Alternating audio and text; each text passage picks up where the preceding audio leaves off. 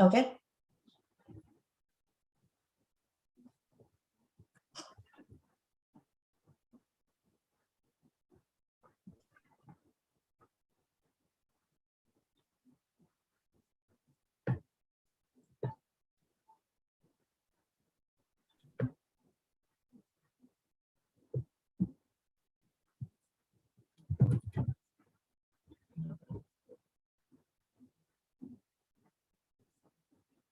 You're muted, Nyene.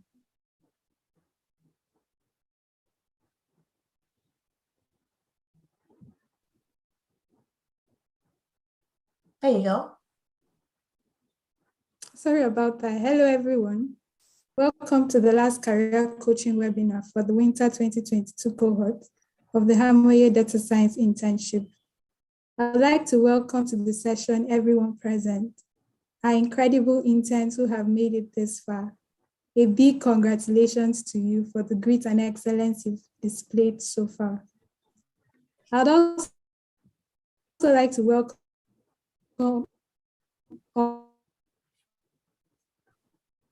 My name is Ayene Rudolph, and I'm a data engineer at Hamoye AI Labs.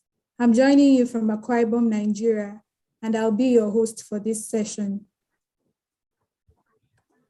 As most of you already know, Hamoye is an edtech startup that is dedicated to preparing young professionals and college students for their choice careers in the field of data. We do that via our internship programs as well as career coaching webinars with industry experts. Today, we have with us an entrepreneurial and client-focused engineering consultant skilled in renewable energy development and integration, power grid expansion planning and business strategy consulting, Olu Fabemiro. Olu is the founder of Anadine Consulting Incorporation, as well as Anadine Gives, a non-profit organization that believes that fertility treatment should be accessible to all. Anadine Gives provides financial support to families going through their fertility journey. Anadine Gives is giving hope, building families, and fulfilling dreams. Today, Olu will help to make a career in the electric industry easier and better accessible by exploring the topic, navigating a career in the electric grid industry. It's so good to have you join us today, Olu. Thank you, and thank you so much for the introduction. In a couple of seconds from now, I'll be handing over to Olu. But before I do that, I'd like for our interns to take note of the following. As is our tradition, we will take attendance of all interns present. A Google form link will be dropped and pinned now on Zoom and on YouTube. Please, a Google form will be dropped and it will be pinned right now on Zoom and on YouTube. Use the secret code EPIC Potential. Please note that the form will be opened for only 10 minutes. Feel free to make use of the chat boxes on Zoom and YouTube for comments, questions, and conversations around the topic. Be rest assured that all questions will be attended to. Please note that a second attendance form will be opened later on in the session, and the secret code will be announced when it is opened.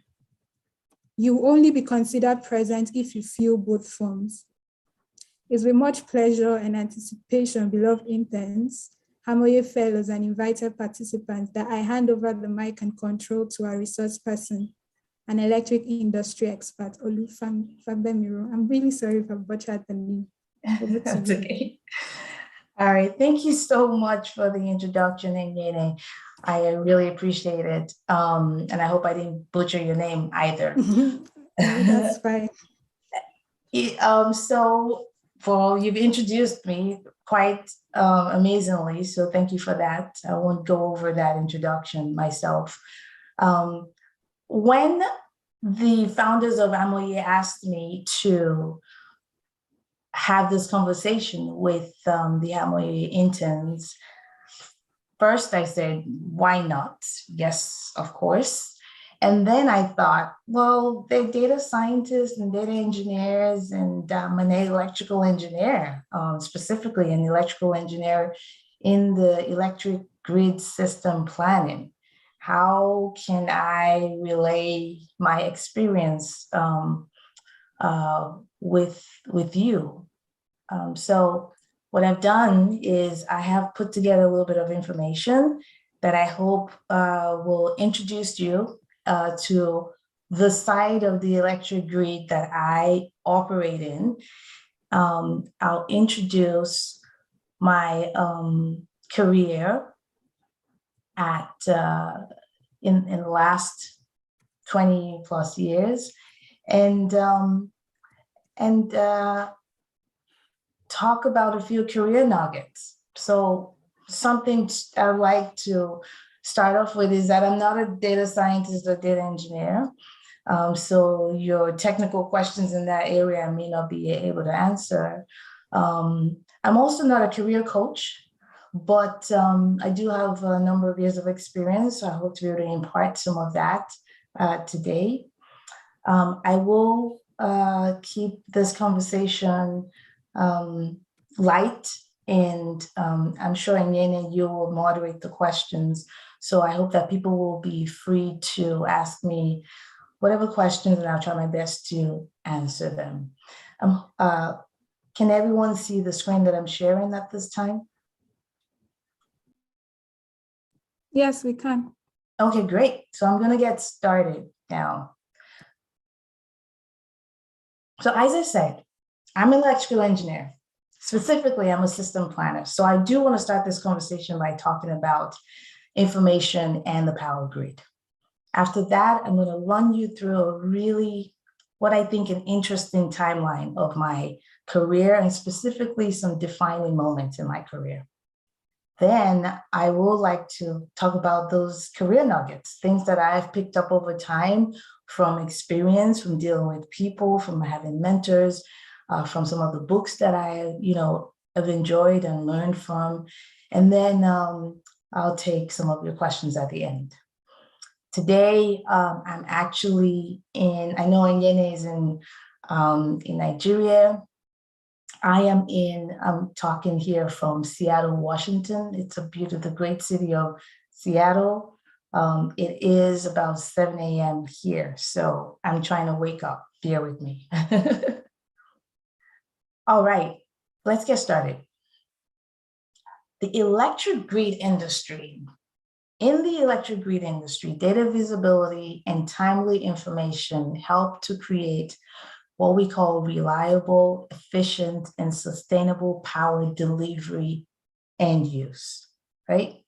What that means is that you actually need historical, present, and future data to be able to reliably operate and plan the system.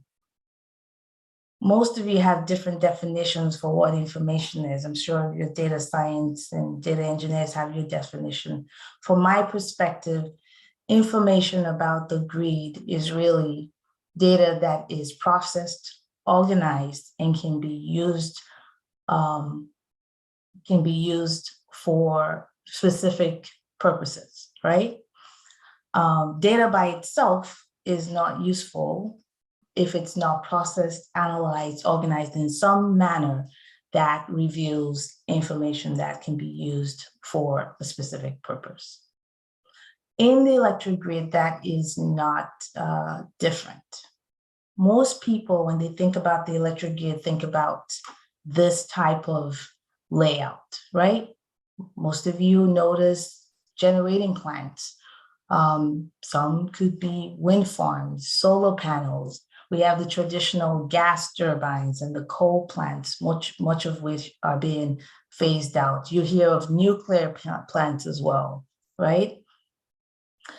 Generation, and then you do have transmission lines that I think most of you may see, but maybe don't know how they're built or the purpose for them. And then obviously at your homes, you see wires that connect into your homes, and you have the ability to access power. In the electric grid, we define generation as the group of facilities that create electric power, which then have to be transmitted through the transmission grid and then collected at substations that then distribute that electric power to homes, plants, industries, and large facilities. That is the basic layout of the electric grid. Generation being produced has to be transmitted through a transmission system that has the capacity to do so, collected in the distribution system, and then redistributed to end users. And then at the end use, and there are different types of loads. We have residential load, commercial load, industrial load, and the different types of load actually affect the way the system is built. So in order to build the right kind of electric grid that is reliable and is sustainable, you have to plan for the future. You have to plan for how much generation that is needed to meet the demand in the future. And when you have generation, there has to be a way to take it from point A to point B. That is what transmission is. How much transmission do we have to build? At what voltage, through what path, and in what connection network? And then where do you put your distribution system so that it can target the load that needs to be served? And finally, just like we forecast weather, we also forecast load. Just like you forecast what the temperature will be in the middle of the day, in the electric grid, we have to make estimates about where the load will grow or reduce, what kind of load it's going to be, what time of the year or what time of the day the load, what the amount of load would be in the morning versus what the amount of load would be at night. All of that is studied in the area of electrical engineering called system planning, which is my passion. So I'm gonna introduce you to system planning in a super fast way. There is a software that a lot of our system planners use called PSSE. I've got a link down here that I think after the presentation you can all navigate to. This is what we call a single line diagram. And your bars, your vertical bars here represent the substations, points in the transmission system. These circles here, those are generators that are injecting power into the substation, and the lines, the horizontal lines actually are your transmission lines. These numbers you see on the lines represent the amount of megawatts that are going from point A to point B. This is how we would model a part of the electric grid in order to gather information about how the system is performing and to answer questions about what if we lost this line, this transmission line. So you see those big power lines. What if there was a hurricane and a segment of the line went offline? What would happen to the rest of the system? What would happen to the rest of the facilities? Will we have blackouts? Will we have overloaded facilities that cannot handle the shift in power flow? What if one of the generating plants went offline for some unexpected reason or for a planned maintenance purpose? Do we have enough generation in the system to offset that outage? What if a new wind farm or solar plant is being planned for a part of the system? Is there enough transmission to actually take those megawatts to where the additional megawatts are needed? Those are the types of questions we answer in system planning, and I find them very fascinating. It keeps the world moving. We answer these questions for 10 years down the line, 20 years down the line. And in some cases, we use system planning to operate the system for tomorrow. suddenly you find out that there's going to be an outage in the system. How do the operators prepare for that scenario? What do they have to put in place to ensure that that outage does not affect the reliability of the system? That is system planning. That is where I operate in. And it's a fascinating industry. It is required in this part of the world, in North America and many parts of Europe and elsewhere, to plan your system reliably.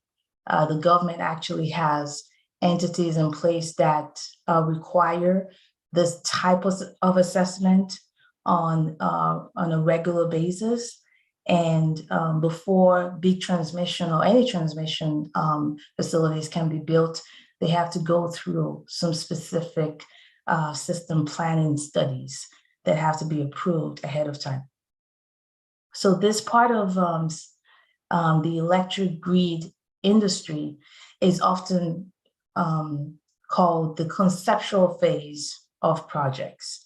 This is where before anything gets bought, you have to conceive the idea. It has to be reliable, and it has to be approved. So we show up before anyone actually builds anything. And it's one of the reasons why I really enjoy system planning. All right, having said that, I would like to talk you through how I got to doing this kind of work. So I'm going to talk a little bit about my career path. I want to take the opportunity to also talk through some of the defining moments I've had in my career, and how when you get to some point in your career, you might have some tough decisions to make, right? And maybe some non-traditional decisions.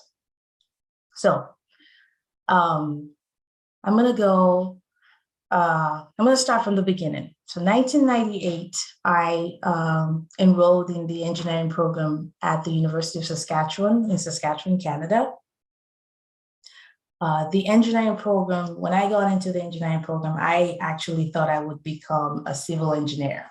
Well, that first year, I quickly realized that I didn't like anything about bridges or water. And I eventually found my passion in electrical engineering. So in 2009, I had the opportunity to start an internship program. It was a 16-month internship program. And a lot of people didn't apply for that program because it meant that instead of graduating in 4 years, you would have to graduate, over a year after, right? But I realized that if I didn't get a job prior to graduation, I would have trouble actually getting a job after completing my degree. So one of the decisions I made as a student was, instead of trying to finish my degree early, I decided to take my time and get as much experience prior to graduation in order to be able to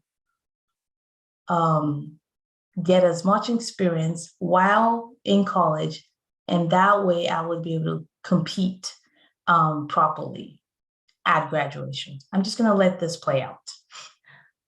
So I did that because I knew that I would have to be able to compete efficiently at graduation.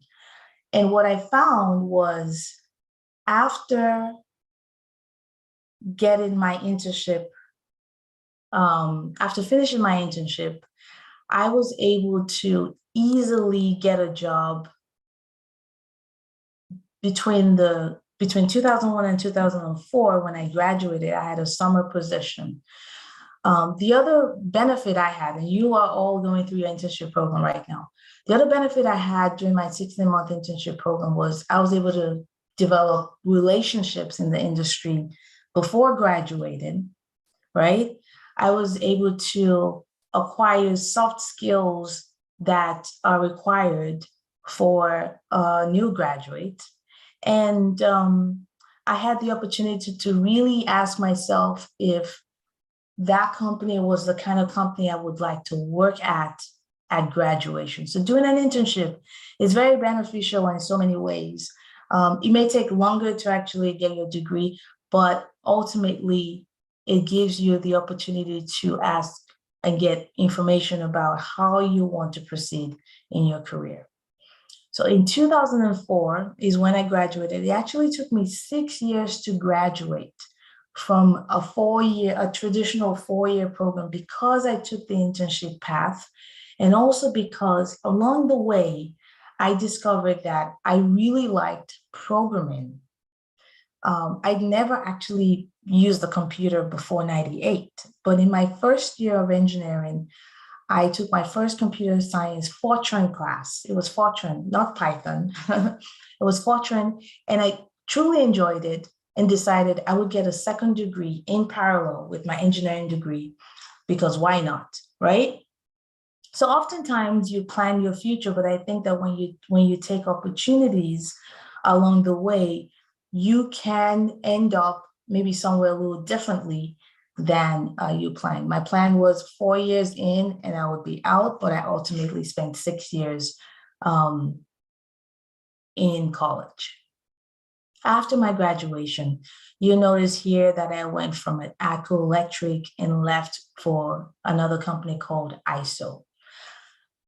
The reason why I made the move was because during my time at ACO Electric, I would ask senior engineers, people that were in management positions, I would ask them questions about, how did you get here and what did you have to do to get to this position, right? And they would tell me their path, and they would tell me what they had to do and what the expectations were for engineers at that firm. And I made a calculation and thought, wow, this is not exactly what I would like to do.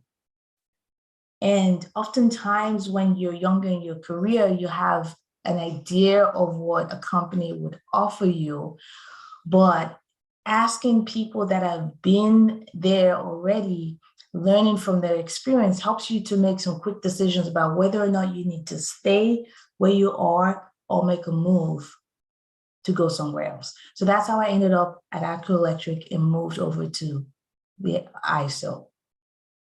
The ISO is the first time I got introduced to system planning.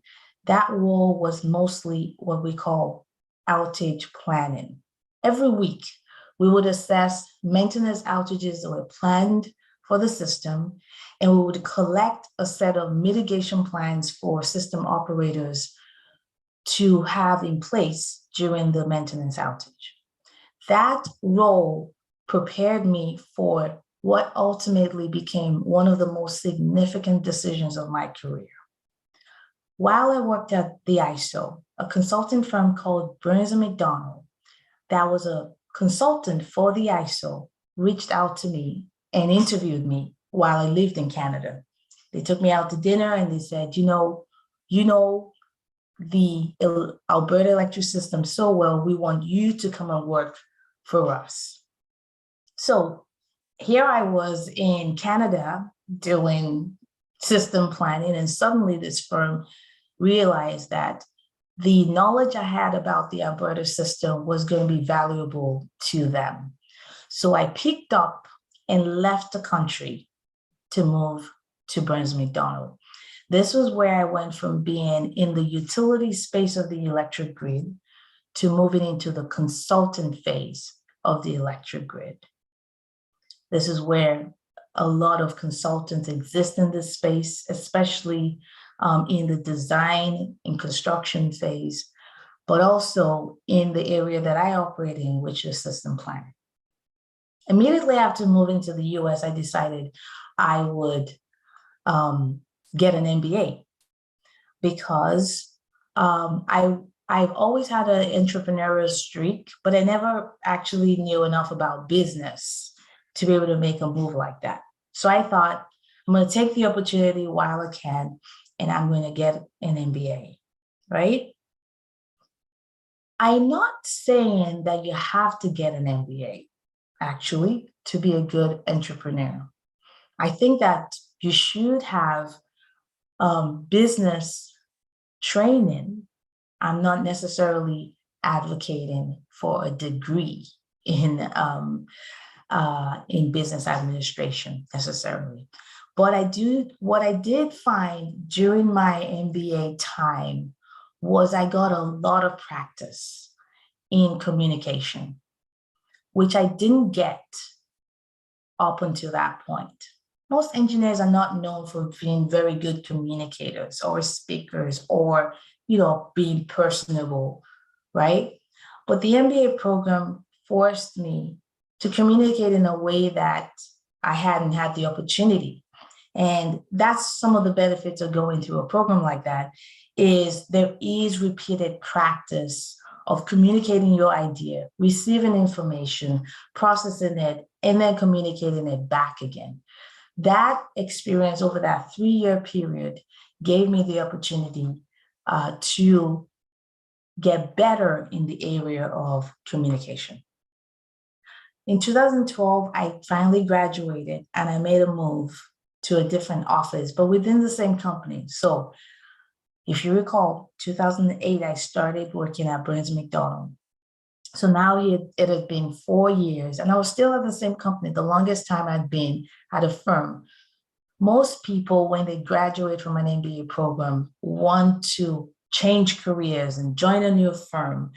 I actually found it a little difficult to do in my case because I was at the point in my career where the kinds of jobs that were being offered during graduation were not the kind of jobs I could switch to at the level of my career.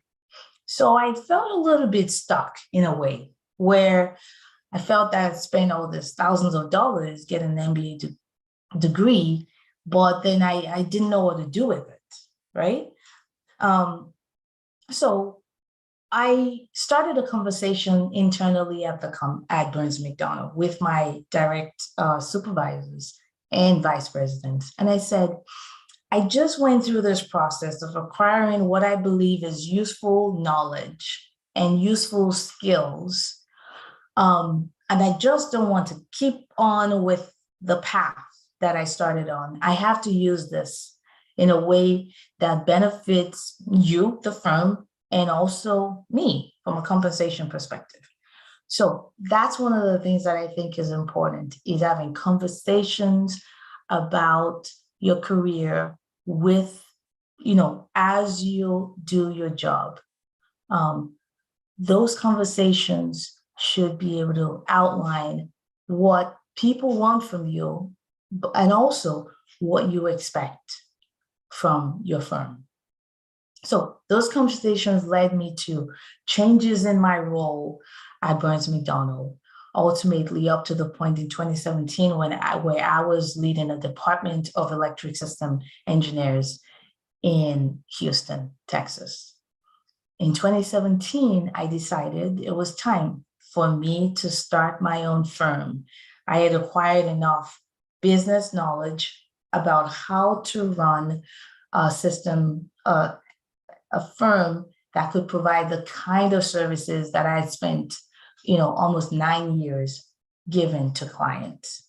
I also believed that I had the ability to communicate with clients in a way that they would part with their hard-earned dollars to hire me.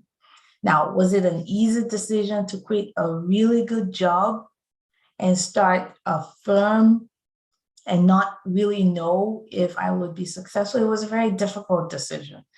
But that decision to start an NA consulting was the best decision I have made so far in my career.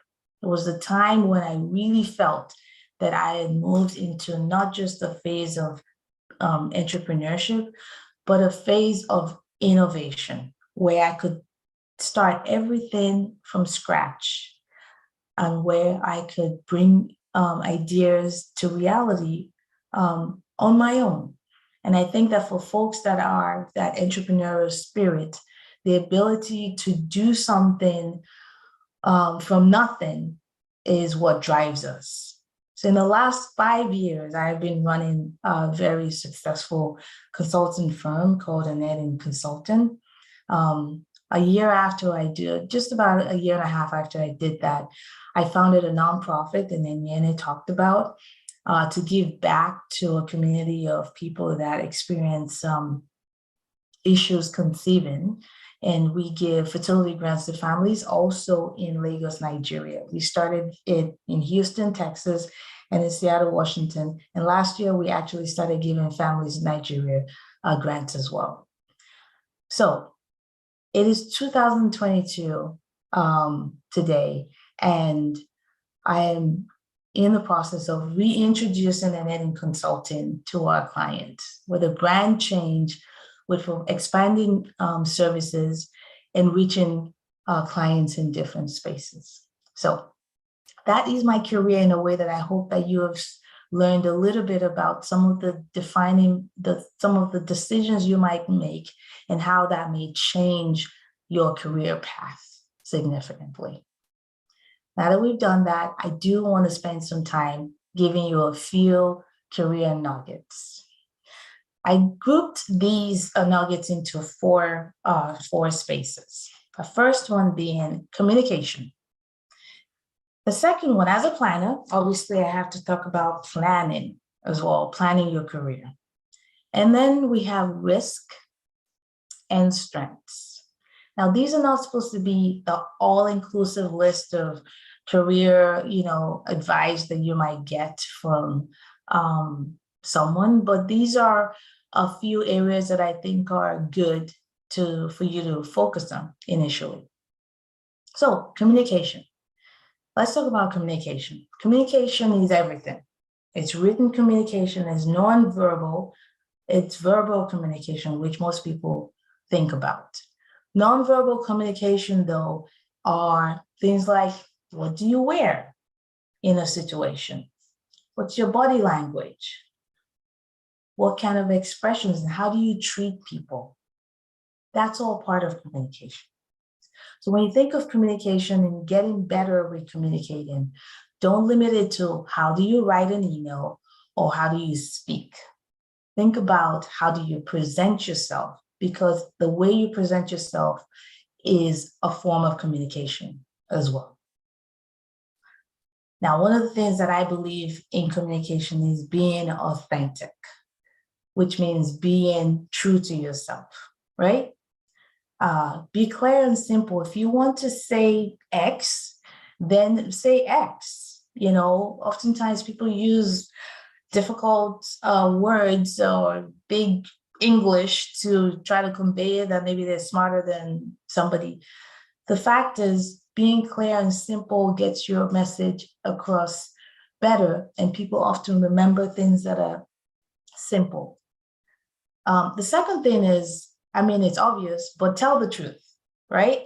If you tell the truth, you wouldn't have to remember what you actually said in a situation, right? I'm not going to say too much about that. And then this third thing about being authentic is to focus on what you know. Oftentimes you're going to be in situations where you're being asked to talk about things that you do not know about. It's not a good idea to make it up, right? It's best to figure out what you know that may pertain. And if you don't know anything, it's often best to not say anything or do anything. So this is key, I believe, because when you're authentic, people know and can sense the authenticity in your approach. And that's part of building trust with people that you meet, is being authentic. Secondly, and this is one of the biggest parts of being a good communicator, is learning how to listen. Oftentimes, as you move through your career, you're going to find out that it is better to basically shut up and listen. There's a book I really like. It's called The Power of Nice. It talks about how there is a perception in corporate world, that you have to be cutthroat, you have to be no nonsense, and you have to be mean to people and push people off to get to the top. Many people have done it that way. And yes, they have been successful, but there is a better way of, being successful, but also treating people well at the same time. Being nice can lead to some unexpected situations as well. There are examples of people that treat the receptionist in a firm well. During an interview, you show up, you meet a receptionist, and instead of, pretending like that person doesn't exist, you ask them for their name and you have a conversation. Guess what? It is possible that the hiring manager comes out and asks the receptionist, what did you think about that person we just interviewed? And if your interaction with that person actually made them feel like you are nice and a good person, they would put in a good word for you. It could be the difference between you and somebody else that is being interviewed for that position. So it is important to not only treat those that you think you're going to get something from well, but everybody that you meet along the path, because you never know where you would meet the person in the future and how they will affect your future in your future career. Something else I do want to make a point about when it comes to listening, learning how to listen, is to track information about people. I mean, I'm not saying that you'll be weird about it, right? But if somebody that you've met have told you something about maybe their child, well, my child, loves to play soccer, right? Well, in the future, when you have conversations with them and you mention, oh, how's your son's soccer playing going, right? And they will be like, wow, you actually paid attention to me. That means that you care about what I said to you. And that can be the difference between what people will do for you and what people won't do for you. I'm going to move along here. Choose your message very carefully. If you have a resume, get a second opinion about your resume. I have a link down here about, it's an Instagram page called My Professional Agenda. She provides resume advice. I think you should always get somebody that is in the industry and has some experience to take a look at your resume for you. Always consider your audience. Sometimes you have to change your resume for the job. You shouldn't have one resume. You should have a resume for different types of companies. And when I talk about your messaging, think about what you put on the internet, because most times when people interview you or want to give you a job, they might Google you, right? And if your internet trail is not great, it might be the difference between getting a job and not getting a job. So be careful what you put on the internet, on social media, because it can come back to help you or maybe hurt you. And then lastly, but not the least, whenever you're in a position, think about managing up and managing down. What that means is, in your role, when you are in an interview setting or even at a job, always confirm and set expectations, right? So imagine you have a job. I remember this situation very clearly. I was about to graduate from my MBA program, and I was getting a little bit, restless about what I was going to do next.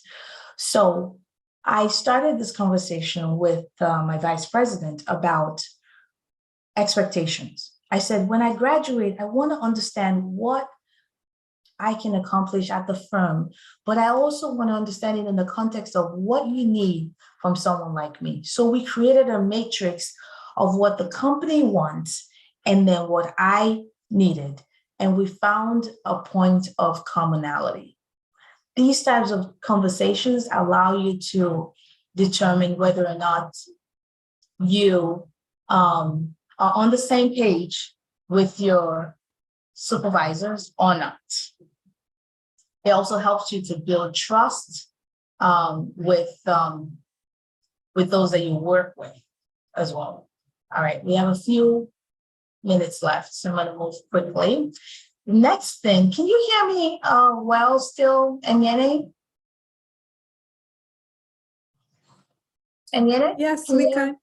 Can you, Yes, we is there a can hear you. background noise that is affecting the sound?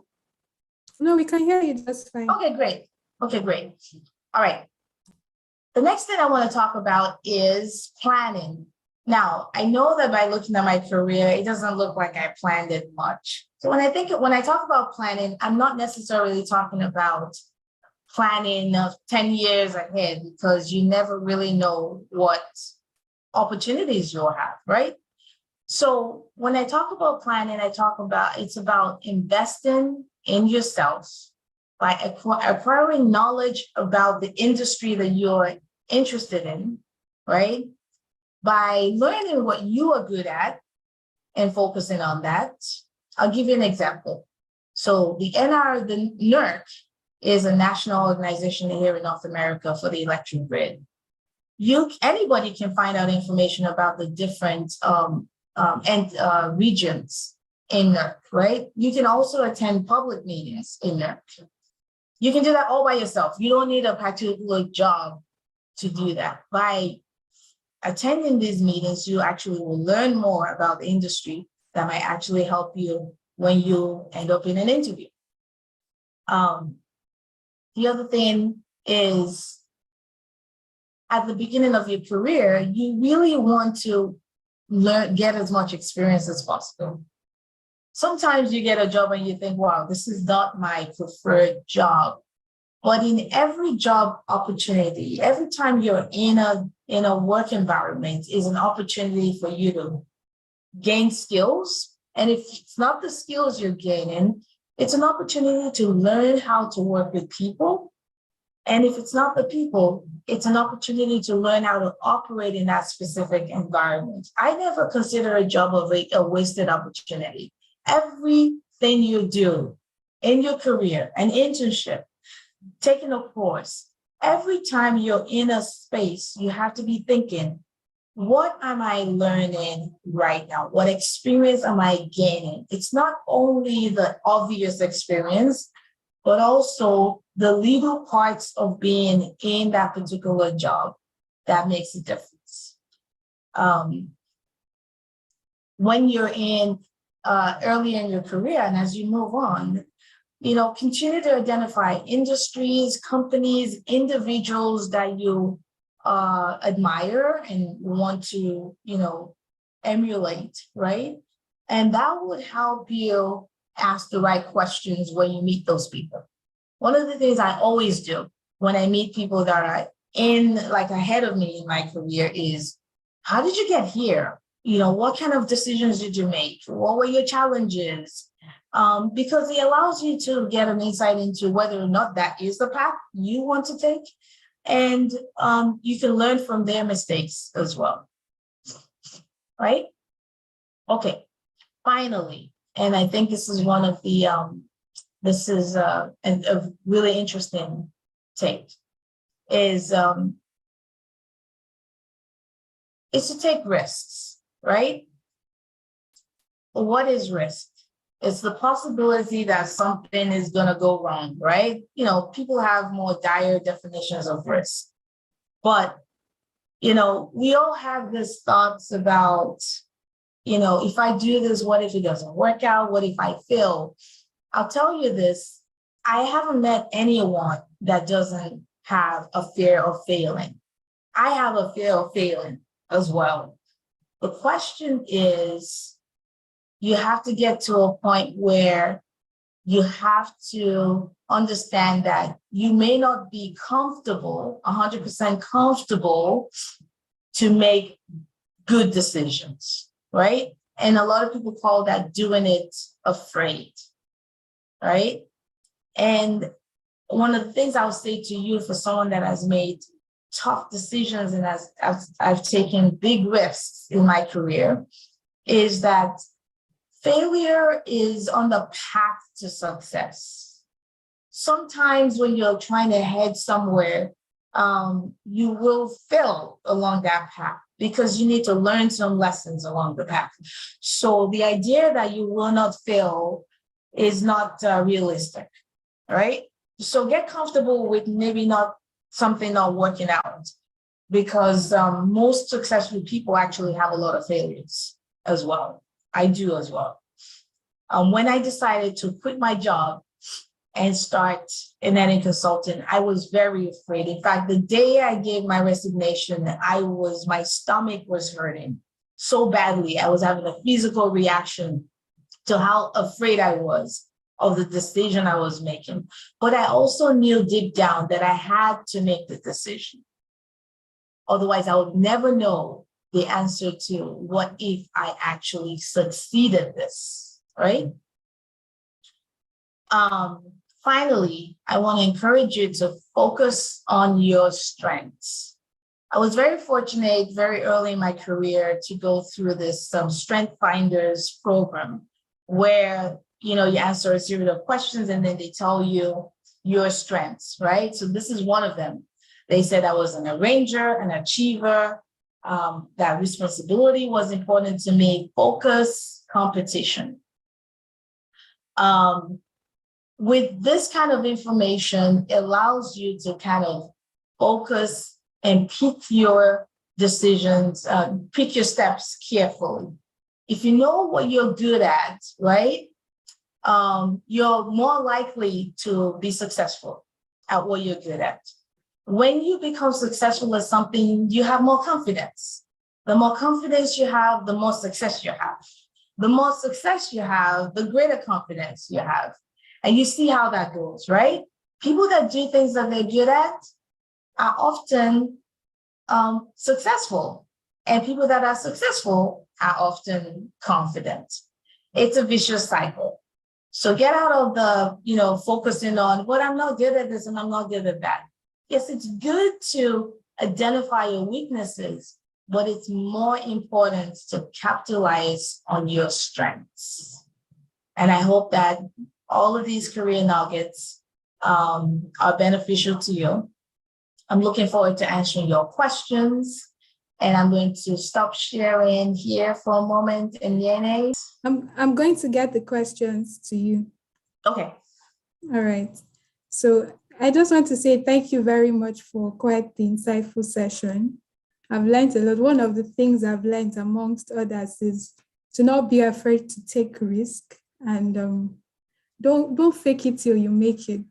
Be open about what you know and what you don't know. Yes. And now we're going to take questions from our interns. But before we do that, I'm going to point out that the second attendance form is going to be dropped right now. Please, dear interns, the second attendance form is going to be dropped right now. It's going to be pinned on Zoom as well as on YouTube. And the secret code is Be Extraordinary. The secret code is Be Extraordinary, all lowercase. A question we have from Oseni, and this question is from Zoom. He says, no lights in Nigeria currently. It's said that the power grid has collapsed. So how long does it take for a power grid that has collapsed to be repaired or restored? So no light in the whole country of Nigeria or some parts of Nigeria? It's unlikely that you've lost the entire power grid, but it happens here, actually. I'll tell you that last year, we had 2 outages right here in our house in Seattle, Washington, within a span of 1 month.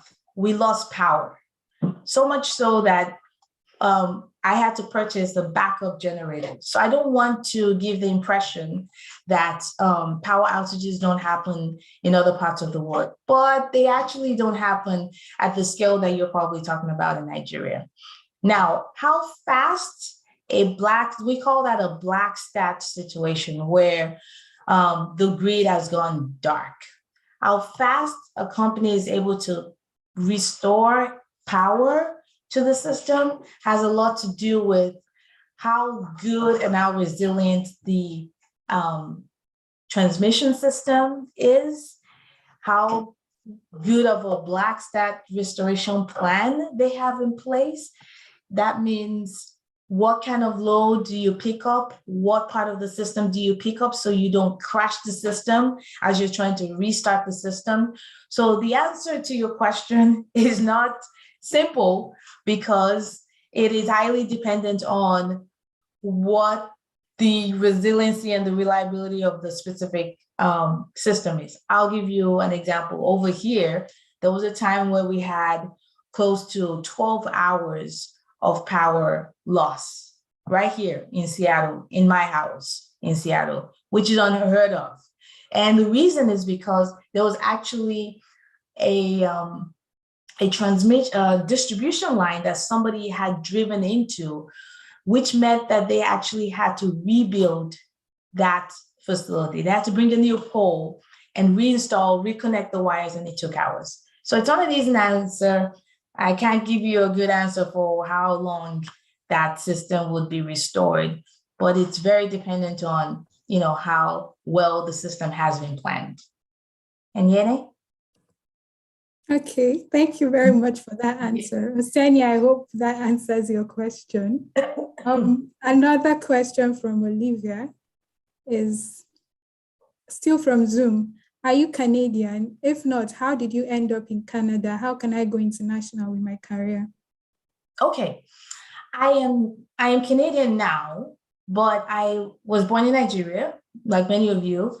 My family immigrated to Canada. So we went through there is an immigration system for skilled workers. So I would say there are different ways to end up in a place like Canada. I'll give you an example of how people that I know have done it. Oftentimes, a good way to do it, if you're in Nigeria, is one, if you're a student, you could apply to a master's program in Canada. That would get you into the educational environment. As a master's student, oftentimes you can then apply for what we call permanent residency in Canada. Once you become a permanent resident, after a few years, you're able to become a citizen. But the first step is being able to get into a university, maybe a master's degree. And from that point, you might be able to find your way into residency and then citizenship. As a Canadian citizen, you're able to work and live in the United States through a work visa program that is, there is the NAFTA agreement, the trade agreement between the US and Canada. So Americans can work in Canada, Canadians can work in the United States. And that's how I ended up here initially. I hope that helps. And Janet, you're muted. Yes, it does. Thank you. Someone wants to ask a question. Okay. So a question in the chat box is, what practical ways could we as electrical engineers in data science use data to solve? I'm sorry, give me a minute. Okay. Read that question.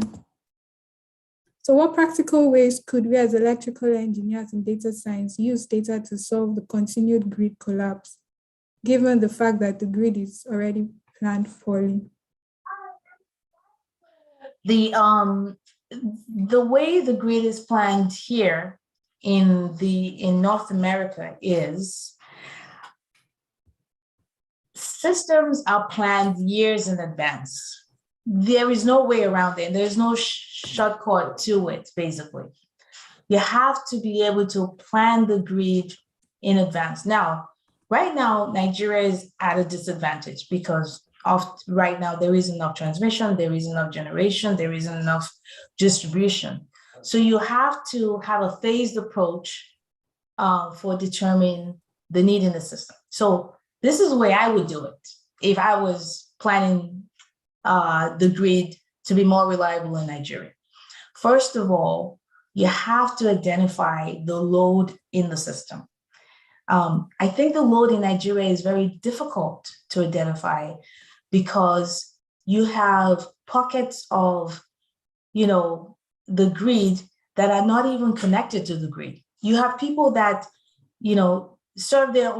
provide their own electricity, right? So you have to define how much load is in the system, what is the need in the system, and where is it? From that point, you need to layer on a solid distribution system that the transmission system can connect to. Using the load information, then you know how much generation you need. You can't have less generation than load. That's how you end up with outages, right? If you have, and we have that here, in the summer, when everybody's putting on their air conditioning and the load peaks, you will see in places like Texas that they have rolling outages. They take outage here, they take outage there, because their load is now higher than their generation. What's happening in Nigeria is not really different from what happens in this part of the world when we have extreme events, right?